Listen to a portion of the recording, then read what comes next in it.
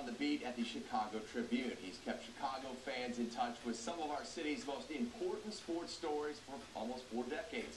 But Mitchell is also responsible for blazing a trail in more ways than one. We conclude our celebration of Black History Month, presented by the Marines, with Sarah Kustok giving us the story of the Tribune's veteran storyteller, Fred Mitchell. I was sports editor of my newspaper and yearbook both in high school and college, so I had this desire to write and chronicle about the lives of athletes.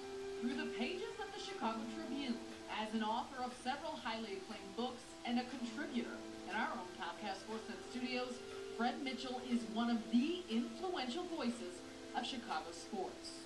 To my knowledge, I was the first African-American sports writer. A few months after I was hired, the old Chicago Today newspaper folded, and Larry Casey joined our staff as well. But, you know, it's important to me that perhaps what I represent to a younger generation of minorities is that, you know, this is an example of what possibly could happen. Then there's Fred Mitchell, the athlete, born in Cincinnati, Ohio, and raised in Gary, Indiana. Mitchell became an All-American at Ohio's Wittenberg University in the 60s. He excelled in a position that very few African Americans have ever played, as a place kicker.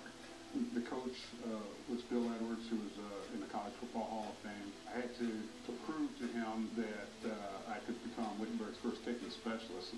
About I think about the 4th game of the season, I kicked 2 fourth-quarter field goals to win a game 6-0, and then from that point on, he said, "Indeed, you are our kicking specialist." The National Football Foundation's Chicago chapter presents an annual award for college kickers who exemplify greatness on and off the field in Mitchell's honor. The Fred Mitchell Award was very humbling to me. With that award, it honors annually the top place kicker in America among over 750 colleges. With the modern-day wonders of technology, Mitchell has fully adapted to those changing times and represents an era when a very different breakthrough took place in sports media. There's greater diversity, not only in color but also in gender, in terms of people who are covering high-profile sports, whether it's baseball, football, basketball, and I'm grateful to maybe be considered a bit of a pioneer in that regard.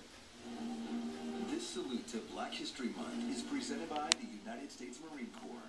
The few, the proud,